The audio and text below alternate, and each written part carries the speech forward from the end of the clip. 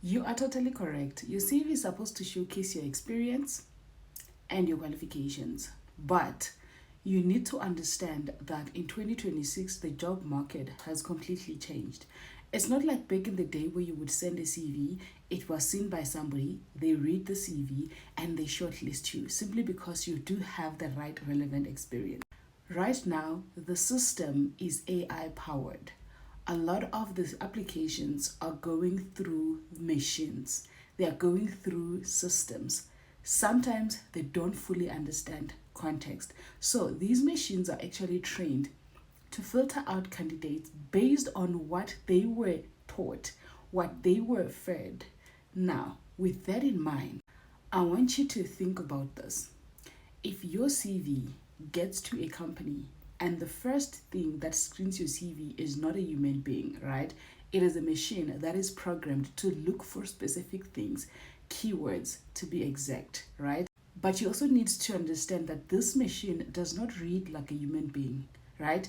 It reads like a machine programmed to only understand text, not images, not icons, right?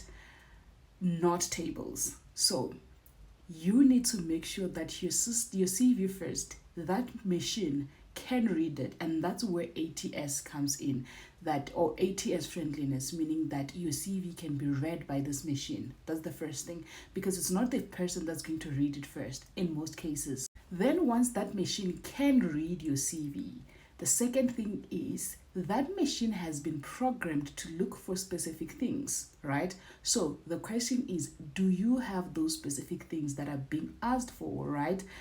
If you do have those specific things, then your CV moves on to the next phase. Once the CV moves on to the next phase because you have all the right requirements, right? Now the competition begins. Now you are competing with fellow candidates, right? People that have the right qualifications and the right skills for the job, right? Now the big question comes in. Do you have the relevant experience? Do you have the relevant skills for that particular role? Last week or about 2 weeks ago, I applied for a role, right? I worked in medical sales, right? I'm a medical sales rep. I've been doing this job for the past 8 years. Now, there was a role that came out and I wanted to test something. It was looking for a medical sales rep, but this role was a specialized role looking for someone that can understand wound care. I've only worked in nutrition. I'm a nutritionist by profession. And guess what? 2 weeks later, I get a "we regret to inform you" email. Why did that happen? I do have the experience in medical sales. I understand how the tender works. I understand the RT9 tender. I have great relationships with the hospitals that they were hiring for, right? But I do not have experience in wound care. What does that mean for the company? It means that the company has to spend more time training me on knowledge of wound care, right? I've never worked in a hospital as a nurse. I'm competing with someone that is a nurse that has worked for many years in wound care, that has the same relationships that I have. Who do you think the company is going to shortlist for the interview?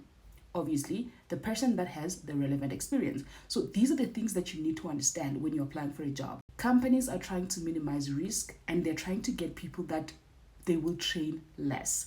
This is why a lot of people that have highly specialized skills, they easily get recruited DMs. But people that are in areas where the jobs are like there's more people qualified, it's very difficult. It gets competitive, and this is where you really need to one position yourself for the exact roles that you fully qualify for with the right relevant experience, right?